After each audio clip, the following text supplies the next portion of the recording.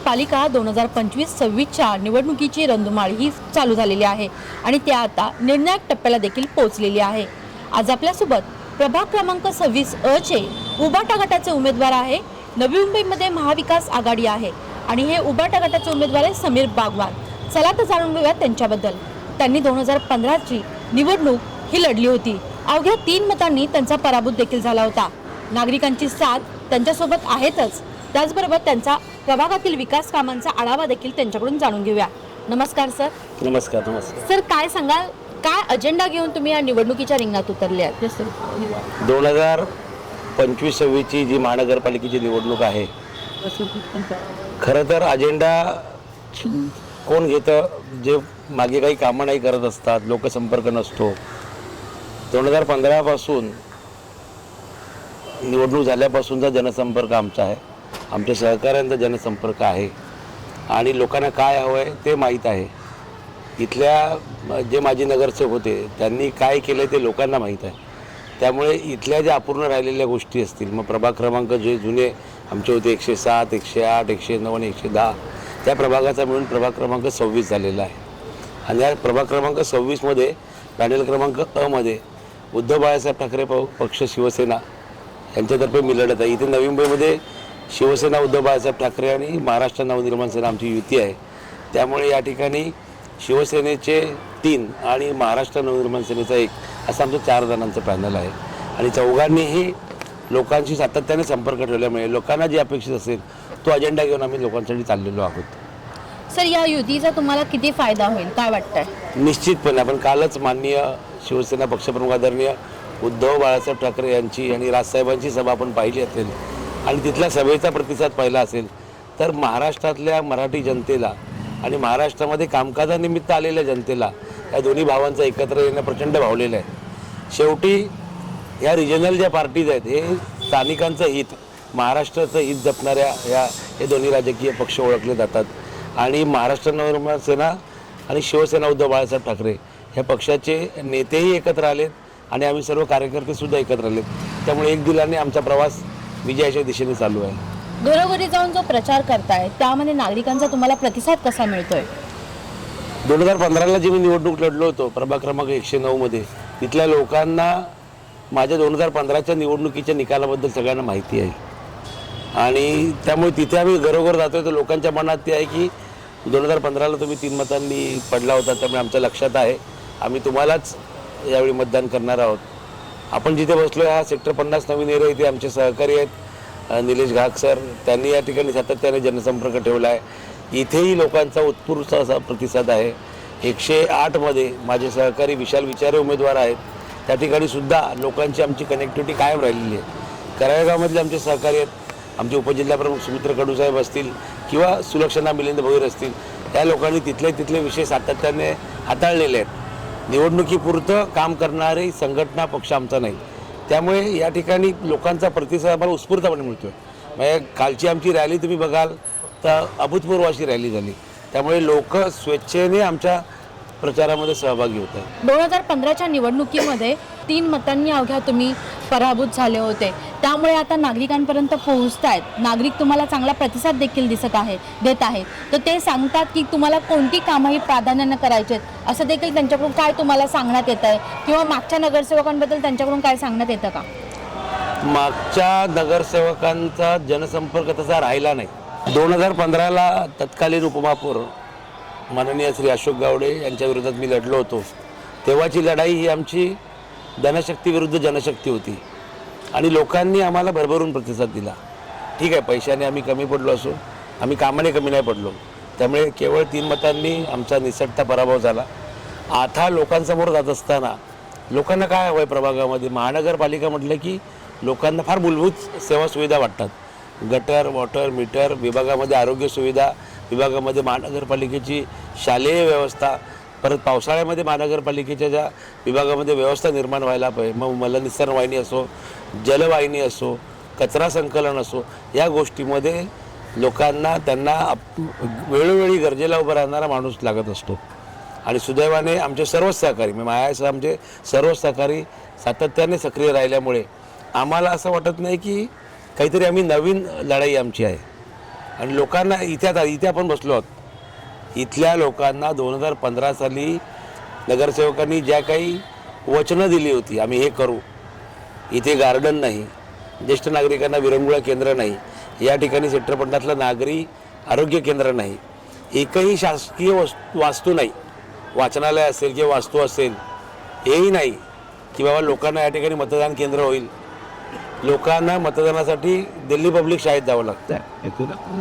त्याच्यामुळे खूप साऱ्या मूलभूत समस्या आहेत, लोकांच्या अपेक्षा आहेत की या ठिकाणी व्हायला हव्यात. सेक्टर 48मध्ये येणाऱ्या काही काळात पुनर्विकास हा विषय लोकांच्या ऐरणीवर येणार आहे आणि पुनर्विकासाबाबत आम्ही आमची भूमिका आधी स्पष्ट केली आहे. नागरिकांवर आम्ही कुठल्याही प्रकारचं बिल्डर लादणार नाही. बिल्डर दार्जिना विभागाचा विकास आम्हाला नको आहे. नागरिकांना जे हवं असेल, मग त्यांनी स्वयं पुनर्विकास निवडला तर आम्ही स्वयं पुनर्विकासामध्ये त्यांच्यासोबत उभे राहू. तर नागरिकांच्या कुठल्याही पद्धतीचं फसवणूक होणार नाही, काळजी घेण्याचं आमचं काम राहील. सर, तुम्हाला आता फक्त एका प्रभागापुरतं काम मर्यादित नाही, 4 सेक्टर मिळून तुमचा एक प्रभाग झालेला आहे, तर तुम्हाला आता कसं काम करायचं आहे पुढे? निश्चितपणे मतदार वाढले, प्रभागही वाढला, मोठा झालेला आहे कार्यक्षेत्र. आता आपण भौगोलिकदृष्ट्या जर का बघितलं, याच्यातील करावे गाव हा जो भाग येतो, या ठिकाणी स्थानिकांची वस्ती आहे, प्रकल्पग्रस्तांची वस्ती आहे आणि त्यांच्या समस्या वेगळ्या आहेत. म्हणजे गावामध्ये अगदी वसाहती गल्ल्या छोट्या आहेत, मलनिस्सारण वाहिन्या आणि जलवाहिन्या या कधी कुठे कुठे एकमेकात मिक्स झालेल्या आहेत. कचरा संकलन गावात मोठी समस्या आहे. गावाच्या प्रवेशद्वारावर नावाला नागरी आरोग्य केंद्र आहे, मात्र त्या ठिकाणी फक्त तपासण्याशिवाय काय होत नाही, अजून त्या ठिकाणी अद्ययावत सुविधा असणं आवश्यक आहे. गावामध्ये महानगरपालिकेच्या 2 शाळा आहेत, मात्र गावामध्ये एक CBSE शाळा महानगरपालिकेची होण्याची आवश्यकता आहे. गावामधल्या लोकांना घरामध्ये दुःखद निधन कोणाचं झालं तर दशक्रिया विधीसाठी TS चाणक्य मरीन संस्थेबाहेर मागे जावं लागतं. त्या ठिकाणी कुठलीही शेड नाही, मग त्यांना उन्हाळ्यात पावसाळ्यात आहे त्या ठिकाणीच ते विधी करावे लागतात. गावदेवी मैदान आहे गावामध्ये, त्या ठिकाणी जर का आपण समाज मंदिर हॉल बांधला तर नागरिकांना अल्प दरामध्ये चांगला हॉल त्या ठिकाणी कार्यक्रमासाठी मिळेल. आणि या गोष्टींसाठी आम्ही तिथे करावे गावात प्रवेशद्वारावर उपोषणसुद्धा केलेलं आहे. आपण सेक्टर 44मध्ये आलो, प्रभाग 109मध्ये हा 12.5% योजनेच्या भूखंडाचा डेव्हलप झालेला परिसर आहे. या ठिकाणी आणि संपूर्ण सिहोडमध्ये पार्किंगची फार मोठी समस्या आहे. या ठिकाणी सिहोडमध्ये पार्किंगचे 2 भूखंड रिझर्व आहेत, त्या ठिकाणी वाहनतळ होणं गरजेचं आहे. त्याचबरोबर सेक्टर 44मध्ये महानगरपालिकेचा एक डेपोचा भूखंड आहे. खाली डेपो बांधण्यात येईल आणि वरती बहुमजली असं सुसज्ज पार्किंग वाहनतळ असेल, अशी आम्ही संकल्पना ठेवलेली आहे, जेणेकरून विभागातील नागरिकांच्या गाड्यासुद्धा त्या ठिकाणी लागतील. सेक्टर 48बद्दल मी बोललोच की या ठिकाणी पुनर्विकासाचं वारं वाहत आहे. त्या पुनर्विकासामध्ये पुन्हा मी म्हणेल की बिल्डर दार्जिना धोरण आमचं नसणार आहे. जे लोकांना पाहिजे, लोकांच्या इथे येत असेल त्याबरोबर आम्ही उभं राहू. सेक्टर NRI वसाहत जी आहे आमच्या इथे, या वसाहतीतल्या लोकांचे मूलभूत प्रश्नसुद्धा वेगळे आहेत. नवी मुंबईमध्ये जे फ्लेमिंगो सिटी म्हणून ओळख निर्माण झाली, हे फ्लेमिंगो NRIच्या आसपासच्या परिसरात येत असतात.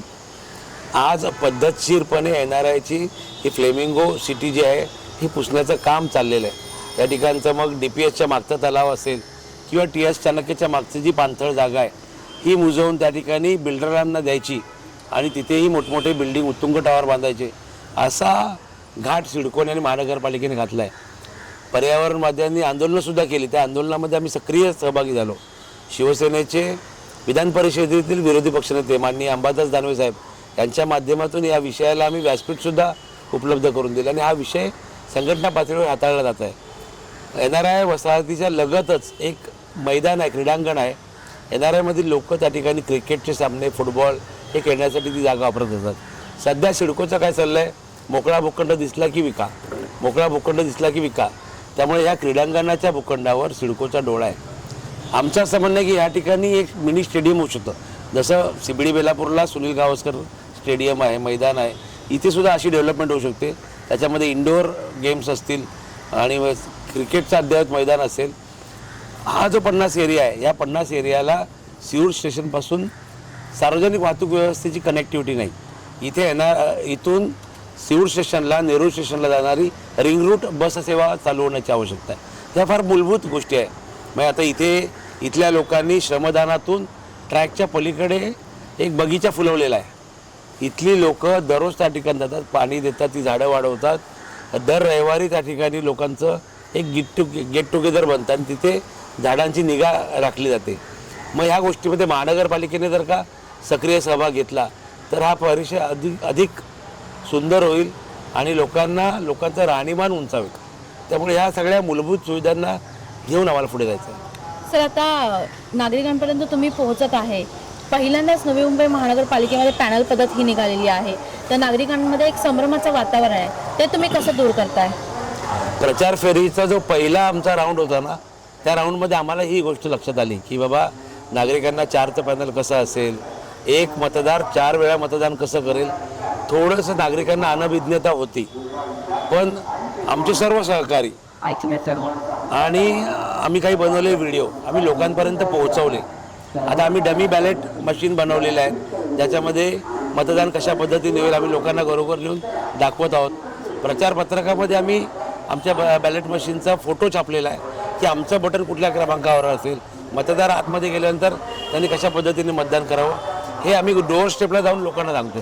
काही सोसायट्यांमध्ये आपण सोसायटी निहाय मिटिंग घेऊन लोकांना दाखवून दिलं आहे की बाबा अशा पद्धतीची मशीन असणार आहे, पॅनलला पांढरा रंग, कलर कोड सगळं सांगितलेलं आहे. त्यामुळे आत्ता 4थ्या फेरीला जेव्हा आम्हाला लोकांना स्लिपा वाटायला जातो आहे तेव्हा लोकांपर्यंत हा विषय पोचला आहे हे आम्हाला जाणवत आहे. तरीसुद्धा मतदानाच्या दिवशी आमचे जे बूथ असणार आहेत त्या बूथवरून लोकांना आमचा सांगण्याचा प्रयत्न राहील. सर, आता येत्या 15 तारखेला नागरिकांना तुम्ही काय आव्हान कराल जिंकून देण्यासाठी? तुमच्याबद्दल काय सांगाल? महानगरपालिकेची निवडणूक आहे, पक्ष पाहिलाच जातो, पण महानगरपालिकेच्या लोकल बॉडीच्या निवडणुका या व्यक्तींना बघून होत असतात. आमच्या पॅनलवरचे शिवसेना उद्धव बाळासाहेब ठाकरेचे उमेदवार आणि महाराष्ट्र नवनिर्माण सेनेचे उमेदवार हे दोन्ही उमेदवार ग्राउंड लेवलला लोकांमध्ये काम करणारी लोक आहेत, कष्टकऱ्यांची मुलं आहेत. त्यामुळे लोकांनी सुज्ञपणे विचार करावा. आज प्रचार संपण्याचा आदला दिवस आहे. आज रात्रीपासून उद्यापासून या ठिकाणी मोठमोठी आमिषं दाखवली जाईल, पैशाचं वाटप सुरू होईल असं आम्हाला वाटतं आहे. नागरिकांनी या आमिषाला भुलू नये. आपल्या वेळेला मागच्या 5 वर्षात कोण आलं, आपल्या वेळेला कोविडमध्ये कोण आलं हे नागरिकांना माहिती आहे. 2015च्या इलेक्शनला आम्ही अनुभवलं आहे. आपण म्हणतो हे जो पब्लिक आहे ये सब जानती आहे. सिऊडमधला नागरिक हा सुज्ञ आहे. फक्त नागरिकांनी वेळेवर मतदानाला उतरावं. आपलं नाव कुठे आहे ते शोधण्यासाठी आम्ही व्यवस्था केली आहे. नवी मुंबई महानगरपालिकेने सुद्धा सर्व्हरवर एक लिंक टाकलेली आहे, त्यामुळे नागरिकांना नाव शोधणं शक्य होणार आहे. नागरिकांनी मतदान केंद्रापर्यंत जावं, मतदान करावं, आपला अधिकार मतदानाचा निरपेक्ष पद्धतीने वापरावा आणि वापरत असताना काम करणाऱ्या लोकांच्या मागे उभं राहावं हीच अपेक्षा आहे. आज आपल्यासोबत जोडले गेलेले आहेत उपविभाग प्रमुख निलेश घाग आणि ते CA देखील आहेत. त्यांच्याकडे CAचा अनुभव आणि उपविभाग प्रमुख अशी सगळी त्यांच्याबद्दलची माहिती आहे. चला तर जाणून घेऊया त्यांच्याकडून. सर, नमस्कार. तुम्ही आज आमच्या चर्चासत्रामध्ये सहभागी झालात. काय सांगाल तुम्ही समीर बागवानांबद्दल आणि काय त्यांचं काम आहे त्याच्याबद्दल? समीर बागवान या उमेदवाराला ओळखीची गरज नाही. पक्षाचं तर त्यांच्याकडे चिन्ह आहे, पण समाजामध्ये आपण जेव्हा वावरतो तेव्हा त्यांनी केलेल्या कामाची प्रचिती आपल्याला सगळ्यांना येतच असते. लोक त्यांना आपोआप जोडली जातात. की त्याचं कारण मूळ आहे की त्यांच्या कामाचा जो काही पद्धत आहे, कुठलाही फोन होऊ देत, कसंही असू देत, त्यांना आत्ता वेळ नसेल पण काही वेळानंतर ते फॉलो करणार तुमचे काही विषय असतील त्याला. आणि त्यांचं एक स्वतःचं असं वैशिष्ट्य आहे की तुम्हाला त्याचं एंड रिझल्ट देण्याची कॅपॅसिटी त्यांनी स्वतःची ठेवलेली आहे आणि त्याच्यामुळेच लोक त्यांना फॉलो करतात आजच्या तारखेला. तरावेगाव प्रभाग क्रमांक 107 देखील तुमच्याकडे होता, तर त्याबद्दल काय म्हणणं आहे? आता तो कोणत्या प्रभागामध्ये डिवाईड झालेला आहे? 107 हा प्रभाग हा खरा तर नवीन 50 आम्ही जो म्हणतो, अगदी आपण मागे गेलो तर 2009 नंतर हा प्रभाग डेव्हलप व्हायला सुरू झाला आहे. आणि 9लाही इथे नगरसेवक होते, पण आम्ही असं म्हणू की तेव्हा डेव्हलपमेंट स्टेजला होतं. आणि खरा जो प्रभाग उदयास आला आहे तो आला आहे 2014-15च्या आसपास, म्हणजे 10-12 नंतर तो व्यवस्थित डेव्हलप झाला. तर मग आम्ही नागरिक म्हणून इथे आल्यानंतर इथले प्रश्न आम्हाला काय असतील किंवा काय समस्या आम्ही भेडसावायला लागलो, काय समस्या फेस करायला लागलो हे आम्हाला कळायला लागलं आम्ही जेव्हा इथे राहायला आलो. हे करत असताना सगळ्यात मोठी समस्या जी आम्हाला 2015पासून, आज 2025 आज 26 आलो आहे आपण, तर 2015ला जी समस्या होती ती ब्रिजची आहे. जो ब्रिज बनलेला आहे तो अर्धवट बनलेला आहे आणि ही आमच्या सेक्टरची सगळ्यात मोठी शोकांतिका आहे की 15 वर्ष म्हणजे जवळजवळ आता 15 वर्ष आम्ही या गोष्टीसाठी स्ट्रगल करतो आहे. आणि आपण शिवडी नावाशिवा लिंक बघितलात, म्हणजे कोर्टाने त्याच्यात निर्णय दिला की इथली जी मँग्रोवची झाडं आहेत, खारपुटी आहे ती दुसरीकडे लावा आणि त्याचा निर्णय पास झाला आणि तो ब्रिज आज बनला आहे. मग मला असं कधी कधी वाटतं मग हा 15 ते 20 मीटरचा ब्रिज आपण का ठेवला आहे, मग त्याच्यात अडचणी काय? मग हे जर 15 ते 20 मीटरच्या ब्रिजसाठी आपण काय तर खारपुटीची दुसरीकडे लावणं करू शकत नाही का? अशा प्रकारचे प्रश्न जे 2015ला होते त्याचा कुठलाही फॉलोअप झालेला नाही आणि ते प्रश्न अर्धवट राहिले. दुसरा माझ्याकडे माझ्यापर्यंत पोहोचलेला विषय आहे, या प्रभागात राहत असल्यामुळे जे ज्येष्ठ नागरिक आहे त्यांना आजही बसायला किंवा त्यांना काही विरंगुळा म्हणून काहीही कुठलीही प्रकारची व्यवस्था इथे झालेली नाही. प्लॉट आमच्याकडे बरेच आहेत, पण तुम्ही त्या प्लॉटला फॉलोअप करणं, त्या गोष्टींना फॉलोअप करणं आणि ती जी मागणी आहे ती रिझल्ट ओरिएंटेड करणं, ही गोष्ट मला होताना दिसत नाही. आज 10-12 वर्षाचा काळ गेला आहे, 5 वर्ष नगरसेवक होते, पण नंतर 6 वर्ष आपण थोडं पुढे आलो आहे, पण मागण्या तेव्हाच केल्या असते तर कदाचित आज त्याचा रिझल्ट ओरिएंटेड आपल्याला दिसला असता. नागरिक विरंगुळा केंद्रानंतर मला आणखीन एक थोडीशी हे वाटते ती म्हणजे समाज मंदिर म्हणूया आपण. समजा माझ्या किंवा इथल्या नागरिकांच्या घरात एखादा छोटासा प्रोग्राम असेल तर आम्हाला कुठेतरी CBDला जावं लागतं किंवा दुसऱ्या कुठे ठिकाणी जावं लागतं. तशाच प्रकारचा जो छोटासा हॉल असता तर आमच्या इथल्या लोकांचे जे काही प्रोग्राम्स आहेत ते आम्हाला न दूर जाता इथे करता आले तर आणि ते नवी मुंबई महानगरपालिकेच्या माध्यमातून शक्य होतं. त्याच्यानंतर आज आपण आमच्या सेक्टरमध्ये फिरून पाहिलं तर कुठेही मैदान हा प्रकार दिसत नाही. आज आहेत पण फ्युचरला राहतील की नाही आम्हाला माहिती नाहीत. अधिकृत म्हणजे नवी मुंबई महानगरपालिकेकडून मार्क केलेले अशी मैदान आमच्याकडे नाहीत. त्यामुळे तो एक प्रश्न आहे. आमच्या मुलांनी मग कुठे खेळायचं, रस्त्यावर खेळतात, उद्या ॲक्सिडेंट झालं तर आमच्याच मुलांना त्रास होणार आहे, हा एक मुद्दा आहे. तिसरा आहे, समजा इथल्या लेडीज असतील, सिनियर सिटीजन असतील, त्यांना संध्याकाळ वाटलं की बाबा आपण एखाद्या बगीच्यामध्ये बागेमध्ये जाऊन बसावं, तर अशा प्रकारचं कुठलाही रिझर्व प्लॉट बागेसाठी किंवा 15 वर्षात किंवा 10 वर्षात तो घडताना आम्हाला दिसला नाही. या बेसिक मागण्या आमच्या 2015पासून आहेत, त्या आजही होताना दिसत नाहीत. मग असा जेव्हा विषय आहे तर मग जर या मागण्या पूर्ण होत नसतील तर मग बदल नको का? मग ह्या बदलासाठी आम्ही आज समीर बागवानकडे एक आशेने बघतो आणि मला नक्कीच खात्री आहे की ह्या ज्या आमच्या सेक्टरच्या मागण्या आहेत त्या समीर बागवान हे नगरसेवक रूपाने पूर्ण करून देतील, याच्यावर माझ्यावर विश्वास आहे.